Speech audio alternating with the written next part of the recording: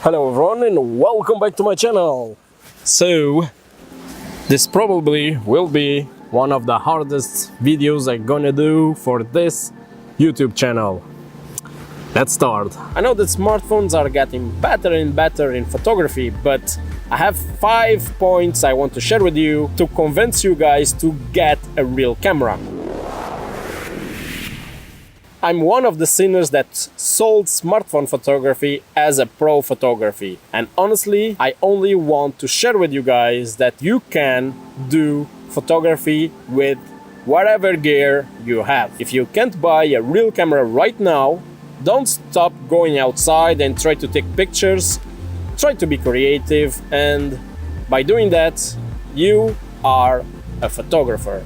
I have in the near future more tutorials with smartphones because I find this advanced technology really fun, but I have to be honest with you guys, and if you want to get serious with photography, you need to invest on a real camera. So if you aren't a starting photographer or you just want to get the most out of your smartphone camera, this video is not for you. But if you See what I see, if you feel as I feel, and if you would seek as I seek, then I ask you to stand beside me and don't buy a smartphone for starting photography. Come on, guys! The idea for this video started when a friend of mine asked my advice to buy a learning and starting photography camera. Her budget was 500 euros, but for less than 400 she got this, a Lumix DMC GF7 with a really great lens for that camera, and that got me thinking, this is a very good camera, way better than a smartphone, and it's 50% of the price of a high-end smartphone. And a lot of you guys ask me, which smartphone should you buy for starting photography? So this is my suggestion. Break your budget for the next smartphone and buy a real camera. I have made some photography starting kits on the description of this video. They are Amazon affiliate links, and the budget is around 500, 400, 600 euros or dollars. 500 because it's the price of a reasonable smartphone, and if you have been saving 800 to 1000 bucks, you can divide that in two and get a real camera and a reasonable smartphone. Before you run there and buy whatever I put in the video description, check out the second-hand market. Cameras from Canon, Nikon, and recent cameras from Sony and Lumix are built like tanks. So here are 5 reasons for not starting photography with a smartphone. First, discipline.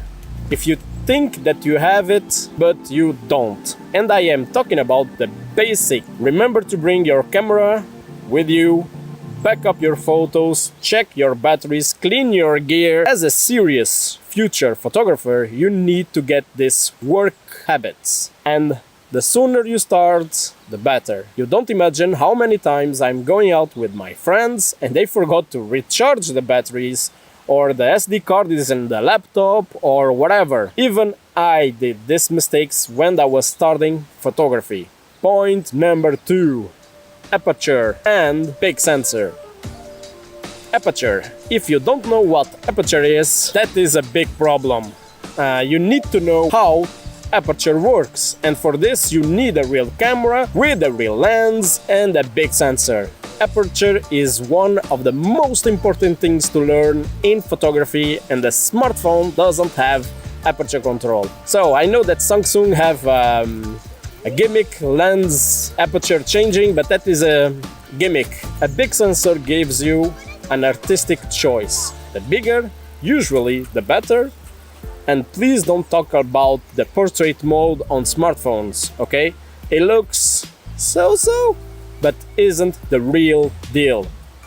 Combination of lens and sensor is the real deal. Number 3, quality. Very important information about quality. Don't fall on the marketing trap on megapixels number. That number is not that important. I would prefer use a 10 years old 12 megapixels full frame Nikon than use a new 50 megapixels camera from a smartphone. Let's see why. I just talked about the sensor and the aperture, so quality is a no-brainer if you understand that. A big sensor will give you a better low noise and a bigger dynamic range. If you don't know what dynamic range is, the darkest areas until the brightest areas that the camera can recover. I know that high ISO did evolve, especially on smartphones, but it can't beat a real big sensor camera. Especially on smartphones, but that can't beat a real physical big sensor camera. Just an example.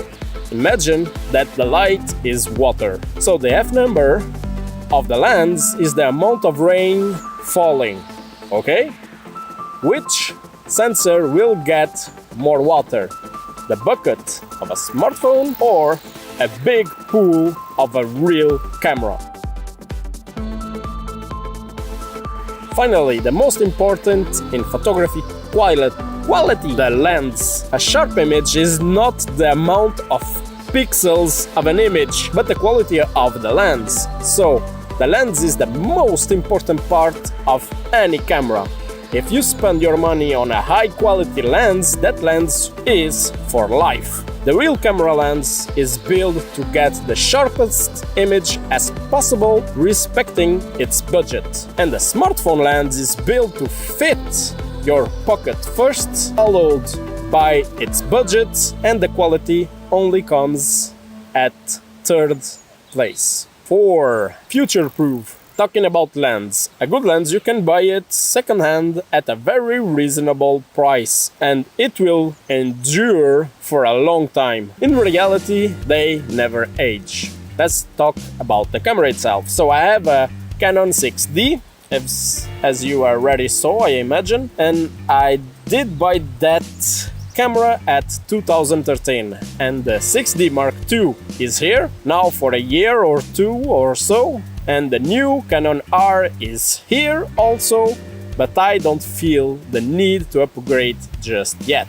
These cameras have a long longevity. Now tell me, will you use the most recent smartphone to take pictures in 5-10 years? Okay. Number 5. Work like a pro now. If you want to be a photographer, the best moment to start is yesterday. Yesterday you should already start building your portfolio, invite your friends and family and make a photo shoot, go hiking with them and make landscape photography, go to the streets and make street photography. People will advertise your work, word of mouth marketing style, people will see you in action with a real camera, and remember, 90% of a photographer's work is human relations. Go out and shoot with your camera, and one day a pro job will come. And you already have the camera, how to use it, and the know-how of photography. And maybe, just maybe, you can do this with the smartphone. But come on. Whew. Salut! Conclusion. There we go. We are at the end of the video. And as a bonus, you saw that this camera was sitting here all video long. And this is Ixus Digital 60.